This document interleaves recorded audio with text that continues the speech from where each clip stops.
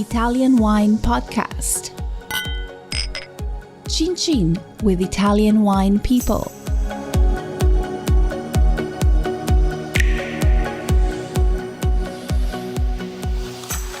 Italian Wine Podcast, as Wine2wine 2020 media partner, is proud to present a series of sessions chosen to highlight key themes and ideas and recorded during the two-day event held on November 23rd and 24th, 2020. Wine2wine 2020 represented the First ever fully digital edition of the Business to Business Forum. Visit wine2wine.net and make sure to attend future editions of Wine2wine Business Forum. She founded her own media platform called Wine2wine News with a singular focus to cover China's wine industry. And it is now considered one of the most authoritative and trustworthy news website on the Greater China regions on the wine market. So we're happy to have Natalie you here. Thank you so much, Alice, for your kind introduction. First of all, I'm so honored to be here and sharing with everyone an update on China's wine market during and post-COVID pandemic, as well as how those impacts are translated into buyers' buying behaviors. So without further ado, I will start my presentation now. A little bit introduction about myself, just briefly. I'm Natalie Wang. I am a Chinese wine journalist, born and raised in Hong Kong, and also founder of Wine2wine News, a website founded by me last year to cover exclusively and extensively about China's wine market. Today, I'm going to be talking about COVID's impacts on China's wine market and how those impacts affected consumers' buying behaviors. First of all, this year, the buzzword we've been hearing is lockdown. But in China, when we talk about lockdown, it's in the strictest sense. One household can only allow one person to go out once a day to purchase all the necessities. Unlike in Europe or in the US, where you have the luxury to go out and to do a lot of chores, in China, it's really strict. In areas that are most affected by the pandemic, you're not even allowed to go out at all. There's a community officer who is on standby just to send all the necessities to you, to your door. So this is the context we're talking about when we want to understand COVID's impact on China. This is also the circumstance under which a lot of the business have to operate for 3 months from late January to April. So this is something I want everyone who's listening in to bear in mind, to keep it in the back of your head, back of your mind, to understand, the COVID's impact. So first part, I'm going to talk about COVID's impact on China's wine imports. So what happened to wine imports? By the end of January, China had locked down the whole country. As a result, restaurants, hotels essentially closed and missed the most important Chinese New Year sales. For anyone wondering how big and how important is Chinese New Year for a lot of wine merchants, a lot of them that I talked to told me Chinese New Year wine sales account for roughly 20% or even up to 30% of their annual sales. So imagine that 7-day period was lost. Okay, and then imagine that period was extended for 3 months. So that's the challenge facing a lot of the importers in China. And of course, logistics were delayed because quickly the pandemic spread from China to the rest of the world.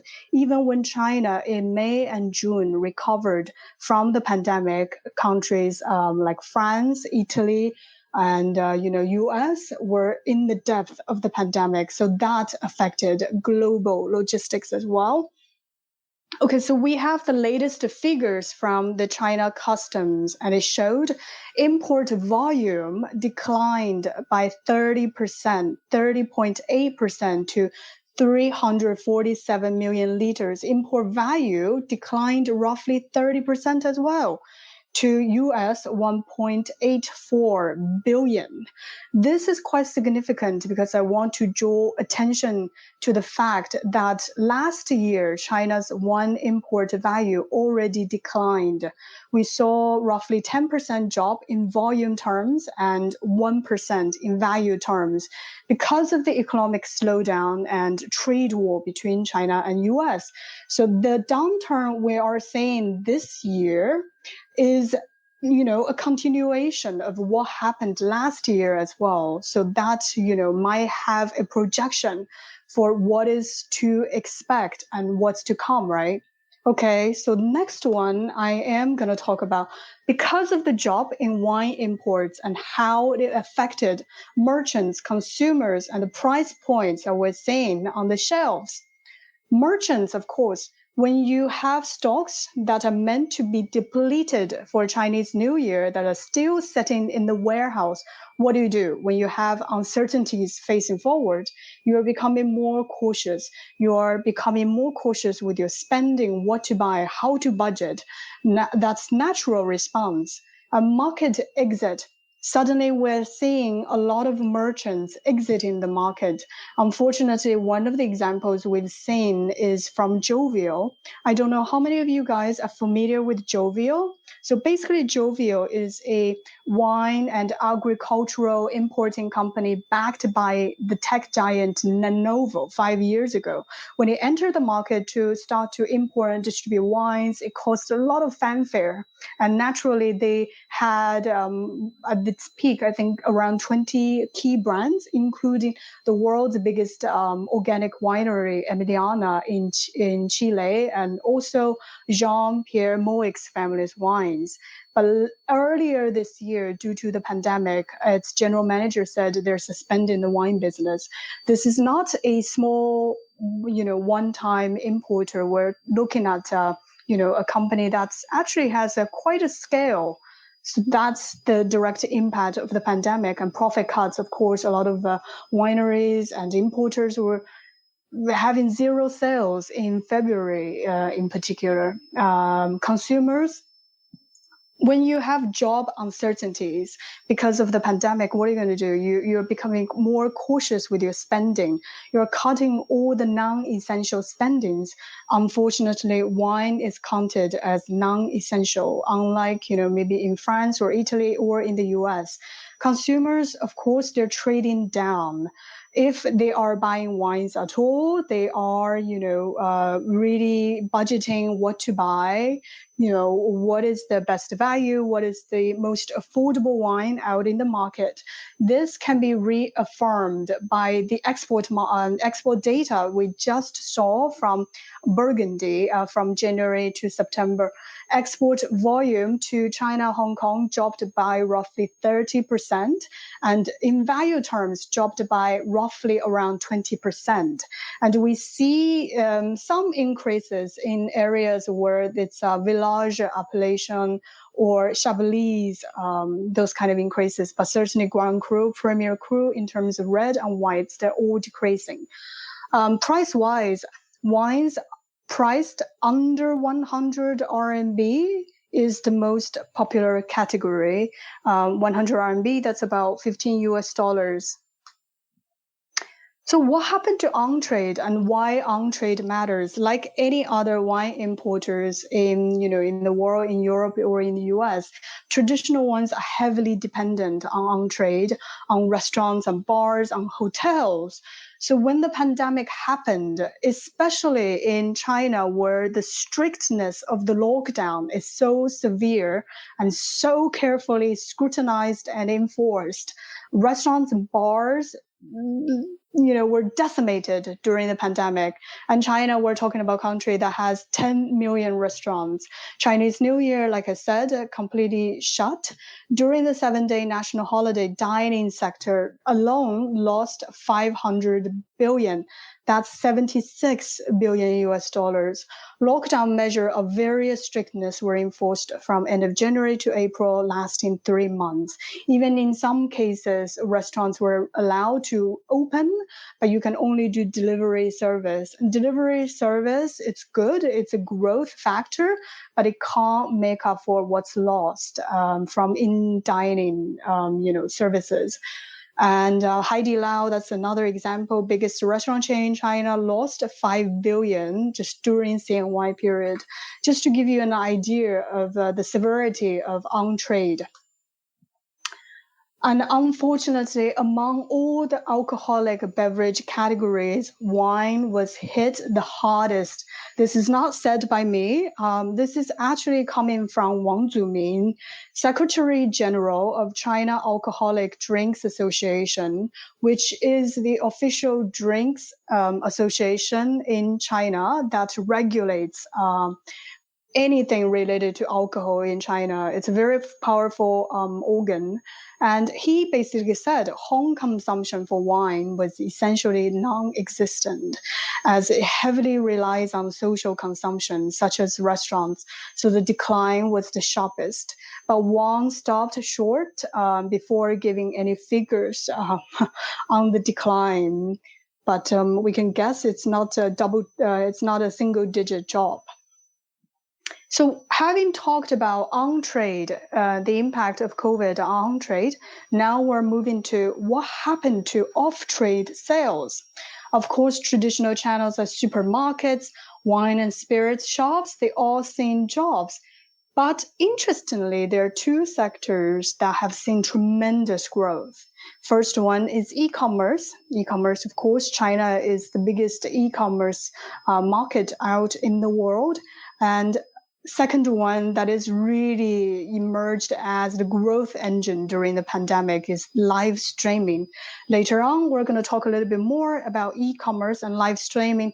Home consumption, unfortunately, like Wang said, it's essentially non-existent. Even if there is some form of home consumption in China, the reality is baijiu accounts for roughly 90% of all beverage consumptions. So even if people are drinking, they are looking to baijiu, and then beer, and then comes wine. So that's the hierarchy we're talking about.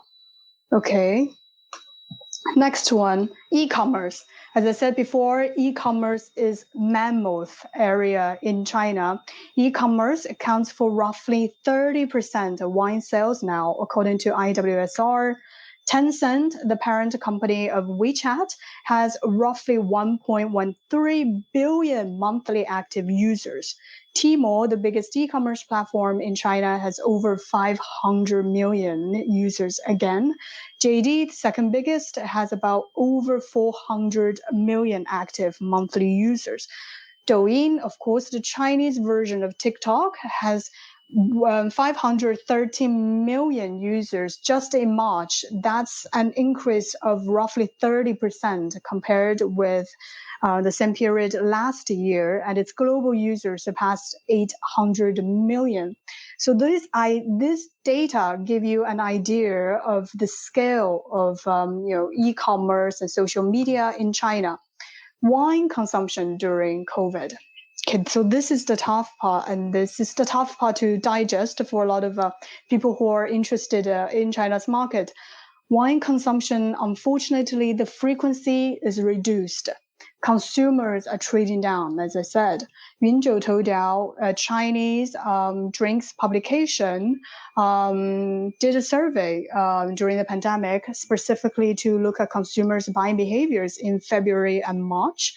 They said 95.6% of respondents consumed alcoholic beverage during lockdown months of February and March. That's good news, right? But unfortunately, 84% of the respondents said they drank baijiu, the Chinese spirit, while 40% opted for wine. Once again, baijiu is their number one choice.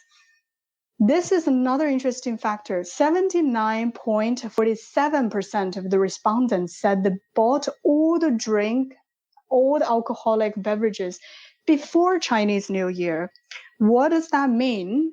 It means during the lockdown months in February, March, April, essentially just a small group of people were purchasing wines. People are consuming their old stocks.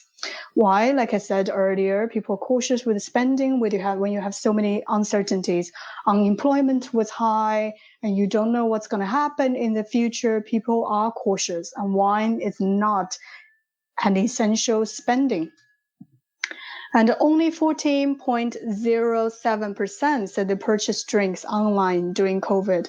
Drinks. So once again, that doesn't necessarily mean wine. Once again, as I said, baijiu, beer, wine, that's the hierarchy. Price categories. This affirms the trading down trend, because when you look at it, it says if you essentially look at what people spend, under 200 RMB, that's the main category that constitutes the bulk of what people are spending. Again, that's trading down. McKinsey said they did a survey of 2,500 consumers and 30 of them said they cut down alcohol consumption and skincare products during the 2-month period. Earlier, I referenced live streaming, and now we're really going to look at and dissect the growth engine for any alcoholic beverage or consumer goods are launched during the pandemic. So Taobao Live, that's by far the biggest live streaming platform. They have 700 million monthly active users. This is actually old data, the Taobao Live. They haven't released the latest data yet, but I assume during the pandemic, it must have increased. The reason behind people using live streaming, according to KAWO's latest social media report released this year, 49, that's about half of Chinese consumers depend on KOL recommendations, and 84% trust online reviews by their peers. So this is the power. And also later I'll talk about the conversion rate. And, that's why live streaming is so convincing to consumers in terms of making buying decisions. In February alone, number of newly opened live streaming merchants increased by, 719% over January on Tmall. Just Tmall, we're not even talking about JD, we're not talking about Guomei, those platforms yet. So who are the people engaging in live streaming? We're looking at KOLs, key opinion leaders, traditional celebrities, movie stars, singers, everyone is jumping on the bandwagon. Brand owners, that's actually a main group of people who are doing live streaming. Winery owners, area managers. And the latest entrance, this is very surprising in China, is local officials. Because when all the traditional stores, restaurants, shops are closed, they're the ones who are actually embracing this new trend, trying to revive the local economy. Previously, we have Chinese President Xi Jinping and Chinese Premier Li Keqiang doing live streaming as well to help farmers sell their agricultural products. In the next slide, we're going to look at why consumers and merchants favor live streaming. View to purchase conversion rate, that is really the key behind the growth, because that is really high. That's 7 to 10% conversion rate. That means if you have 100 people tuning in to watch a live streaming session, at least 7 people will place orders, while through traditional e-commerce platforms, the conversion rate is normally around 3%. So we're looking at doubling and tripling that rate. And prior to January lockdown, average viewership for live streaming on leading e-commerce platforms is between 5,000 and 7,000 views. And in February, the number doubled to 13,000 and 15,000. By March, users' time spent on videos and live streaming had increased by 80%, which is understandable. When you can't go out, you can't socialize people, what do? You spend your time on your mobile, on your laptop, browsing and looking at things and hopefully placing orders. And now, having talked about the power of live streaming, we're now looking at who are the absolute superstars driving, live streaming in China? The number one personality is a woman, young woman actually, in her early 30s, called Viya, Taobao's number one live streamer, queen of Taobao. It's hard to believe, but she actually managed to sell a rocket launch service for close to US 7 million. And in one live streaming session, she helped Great Wall, a Chinese state-owned winery, to sell its Zodiac themed red wine. In 1 minute, she sold 30,000 cases. I mean, that's incredible. If you're looking at any kind of sales volume from any kind of if you compare that to wine importers as well, I mean, that could be a medium-sized wine importer's annual sales already. Li Jiaqi, only 27 years old, known as the king of lipsticks. So I'll let you guess from the slide which one is Li Jiaqi. He managed to sell 15,000 lipsticks within just 5 minutes, and I think it was 1 week before Chinese New Year, he sold 20,000 cases of Chinese state of, once again, Great Wall's red wine, Beiwei 37, within 30 seconds. So those are the records we're looking at. And none of them are, as you have noticed, wine experts. They are basically just influencers, personalities who built a brand that has a credibility that people can trust. Luo Yonghao, a once indebted tech entrepreneur, now turned full-time influencer, made its debut in April. So that's, when China was lifting lockdown. Sold 110 million worth of goods from razors to smartphone in just 3 hours. On May 8, he started to selling wine. That's his first trial. He sold 1.6 million RMB worth of wines from a Chinese wine brand called Cook in just one night. So how many people know those brands? None of us do. None of this are, big international wine brands. And as you can see, all of those wines are pushing a Chinese wine. So that's a preamble to what we are going to expect in the months to come. Singles Day, of course, we can't talk about live streaming e-commerce without talking about Singles Day, which is the biggest online extravaganza that has been pioneered by Tmall. So let's look at the report card. Wiya, the biggest live streamer from Taobao, so she sold 1.1 billion in revenue just on the eve of Singles Day, attracting 820 million viewers. Li Jiaqi live streaming attracted 620 million views and 696 million in sales. Just one night. So we talked about those mega stars online doing live streaming who are able to move millions and millions of bottles of wines. And now let's look at the top wine focused live streamers. Lady Penguin, of course, that's the first one that come to mind. Second one is Great Wall. This is a ranking actually done by a research company just looking at views and click rate.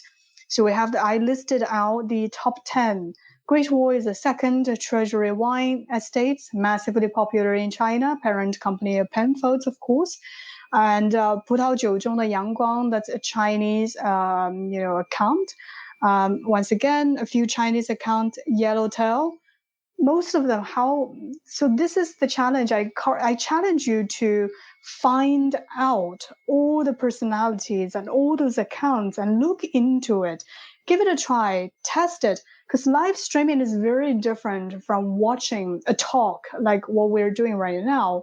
You can interact. I can immediately see what are the questions. One time I tried one of the live streaming sessions on Taobao. I was just casually browsing and trying to find a pink trousers. And what happened is, I saw someone doing live streaming and she was wearing green. So I asked, in the chat room, it's like, well, does it come in pink? And instantly the host who's doing the live streaming, we have, she responded and said, we have one audience asking, does it have pink? Of course we have pink. And then they had the models trying on a pink to demonstrate the design and the cut. At the end of it, do I really need a pink trousers? Not necessarily, but it's the engagement that sort of compelled me to place the order in the end. But just to give you an example of how it's done. The next one, having said how it's affecting the market, now I am going to offer a little bit of outlook, sort of give you an idea of what to expect in the months to come. The first one is really good news. Dining sector is coming back. Dining sector is finally posting a positive growth in the month of October, which happened to be a Chinese national holiday, signaling entree sector is on track to recover. Second one, a little bit worrying from my perspective, more promotion for Chinese wines due to political and nationalistic reasons. I don't know if you read our report published in April when there was a national campaign to urge consumers to drink Chinese wine. Tagline is Chinese drink Chinese wine. Well, 1.5 billion people drink Chinese wine? That's a question mark. But you can see where the trend or where that's heading. There is a conscious drive to encourage consumers to buy domestic products, which is in line with the self-reliance policy that's been hammering out by Beijing at the moment. So this is something that people have to watch out for. Also, Xi Jinping, in the second photo, Chinese president, made his first visit after the 2 sessions meeting, which is the most important political meeting in China, to Ningxia, China's premier wine growing region in northwestern part. He made a big gesture to visit vineyards and visit a winery. Well, it's a big move that can be interpreted as a solid backing for domestic wine industry. So we're going to see more of that in the coming months for sure. And the third one to watch out or pay attention to is the current trade rows between China and Australia. The worsening relations between those two countries could significantly affect the country's landscape of imported wine market, because Australia at the moment accounts for 40% of China's wine market. If that is taken out in any way, what can make up for that vacuum? So this is something we have to watch out and carefully see how it's going to evolve. So basically these are the key 3 trends that I would call people's attention to. Okay. Any questions you can type in the chat or direct the questions to Alice, and I'll be very happy to answer the questions. Yeah, no problem. Thank you, Natalie. There are quite a few questions on the chat room. I just want to summarize very quick what you have said first. So we got that it was a very good presentation. We heard about things might be, but when we actually see the numbers, it is really wow. Now we understand the impact of what's going on.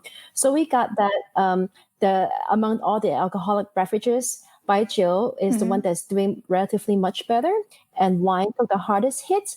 And seemingly the best among all the wine categories in terms of price point, the ones that are around US $15 are doing in a better position. And secondly, even when people are drinking wines, they are largely drinking Chinese wines due to political and nationalistic reasons. So my questions for you is, since all these KOLs have such a huge influence on consumption patterns, what can importers learn from that? Because most of them, like you said, promote Chinese wines. What can importers learn from there? Well, I What are the think, tricks that it's they do so about well? credibility because in China, people are very concerned about food safety. And with COVID, people really want to, pay more attention to health. And traditionally, because of the food safety scandals in China, fish laced with melamine, milk powder, people really want to, rely on someone who tried the product, who who's the same as them, and those people got their fame by reviewing products, doing tests on themselves, so people really trust whatever they're promoting. The fascinating thing about Li Jiaqi, because he became famous promoting lipstick, but later he completely branched out. Now he's selling everything from frying pans, to sneakers, to tables, to fans or lights, anything, wines. But people still buy it. It's because those people's credibility. And like I said earlier, brand owners is another major group of those live streamers. So you actually have people, maybe a winery owner. I've seen a few winery brand ambassadors doing those kind of live streaming session with JD.com. Cynthia is the wine buyer there. They did quite a few sessions. I think it's all about engagement, having a direct dialogue with people, to share stories behind the wineries, and just to share with people what's going on, how to handle the pandemic in the depth of it. Yeah. And does it usually require a middle person, you think, to connect the wineries to these consumers, or it's happening more often now that they can producers can reach directly to I to the think there are a market few and ways end to do users? it. Either you have four producers who already have like a Tmall shop. You can register and become a live streamer, or you can work with your importer in China, right? And to, schedule and plan those live sessions ahead, do promotion through WeChat. So it's really not just, one end, mean. It's really a whole ecosystem of collaboration, e-commerce, social media, WeChat, Xinglang Weibo, everything combined together. Yeah. Okay. All right. Now, one of the questions we have on the floor is that we talk about live streaming. What about any ideas in terms of instead of doing a group live streaming, how about one-on-one streaming, especially if it's on more premium products? That I haven't seen yet. If it's one-on-one streaming, I would say that's more like a private tasting. Right. If I understand it more correctly. Because the idea of live streaming is really to have a audience to share with it, right? So even if you are doing premium product, I don't see the downside of broadcasting it to, hundreds of thousands of people who might not be able to afford it at this stage, but at least get them to understand the brand stories behind it.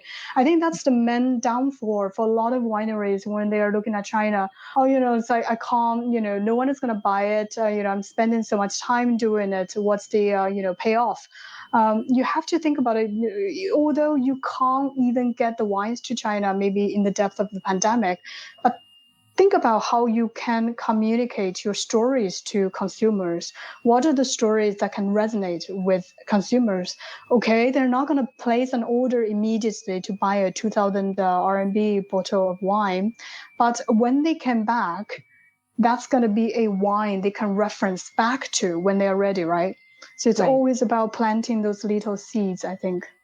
Yeah, and I agree. If we talk about KOLs in influencing consumption habits, usually it's on lifestyle changes, what's trendy, what's in, but they probably won't know the stories of individual wineries. So I would suggest absolutely. if there are premium products or super premium products to sell, it won't be as much on a lifestyle, but more what the story and culture and background of these wines.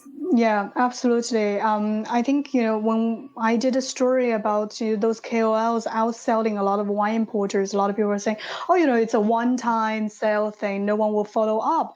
But it's not up to those KOLs to establish your brand visibility. What you have to work on the momentum. For instance, during one session, you sold 30,000 cases of wine.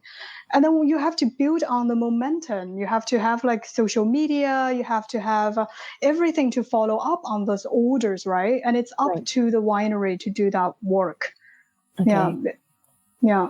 All right. Now you mentioned food safety. So we have a question from the floor as well. Yeah. What about natural wines? Since we talk about people Oh, having concerns it's of very health. interesting. Oh, Yeah. yes, that's a very interesting trend. I would say maybe that's one thing I omitted from the presentation. Very good question. Natural wine actually has emerged as the category that the country is pushing right now. We just did a story about a China's foremost viticulturist. He actually said natural wine is the future of wine industry in China. Wow. So Wow, that's a that's big very news. yeah, that's a very big statement. But once again, natural wine, like any other, clean wine, the concept, what is natural wine? And there is not a regulation or clear definition of what natural wine is. I mean, does the natural wine that he talked about match the same as a natural wine we talked about in France? So there's that. Okay, but it's good But to know that there is a good potential for that. yeah, definitely. And I see a lot of Chinese wineries in Ningxia or in Xinjiang going organic, going biodynamic as well. In Xinjiang, Yanqi, actually the whole town is devoted to organic viticulture. So that's quite encouraging. And we have wineries like Silver Heights in Ningxia going biodynamic.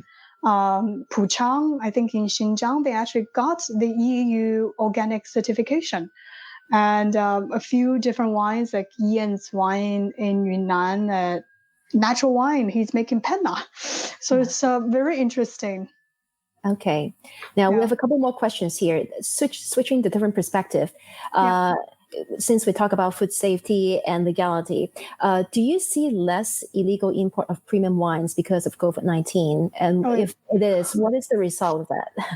Oh yeah, definitely less because this is sort of like an open secret. A lot of wines exported to Hong Kong eventually ended up on the mainland, but because the border was closed, right? Even up till now, we still can't travel to mainland. So you can imagine how that has affected the illegal backwaterway.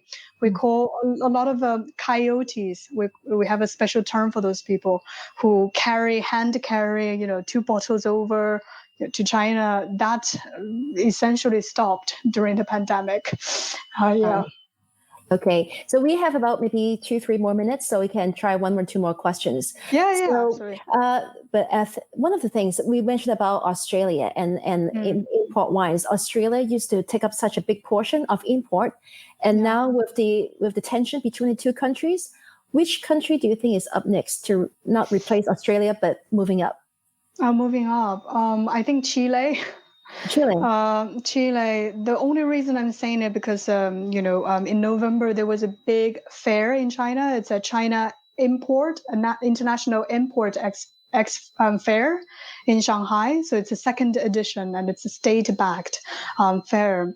I see a lot of coverage from state media on Chilean wine. So I sort of picked it up as a signal to, for Chilean producers. And Chile at the moment is the third biggest wine supplier for China. And in volume terms, it's even higher. It's the number one, I think. And other wines, I would say, some really off the beaten track wines from Georgia or along the Belt Road. So once again, it's it's a little bit political affiliated. I would say so. Georgia, Azerbaijan, all those countries might see a little bit growth, but they're tiny. So no look for American wines, right? American wines, unfortunately, I have to ask. Even before the trade war, the percentage is really tiny, less than 3%. Right. So with the trade war, with the tariffs, which now is close to 100%, that's reduced it even further. So I would say 1% at the moment. All right. So lastly, since we're coming from an Italy platform, how about the chances for Italian wines? What can we do? Well, I think there's a lot of opportunities for Italian wines, and I see more promotions on Italian wine in China, especially the Van Italy's China Roadshow. I thought it was I'm seeing from as an outsider, because I see the photos and I see what people are talking. There was a lot of buzz. You certainly see from the turnout. People are, eager to go back buying and drinking again. So I think that's quite good. And more promotion, maybe with the direct consumers. Because a lot of in the previously when I talked to a lot of producers, they want their Italian wines to be sold in Italian restaurants. I think that's a mindset they have to step out, because eventually you're selling your wines in a foreign market where majority of people are still consuming their local food, their Chinese food, different regions. So the best you can do is to convince those people to match their local cuisine with Italian wine, not just limiting your Italian wines to Italian food. Okay. Maybe that will expand the market. Okay. Yeah. And I see that since Infinitely International is doing so much work in promoting Italian wines in the country, hopefully with the consolidation of these efforts, it can produce a bigger force to run the Italian wine market in the area. Absolutely. So I think we're running out of time. But thank you, Natalie. Great.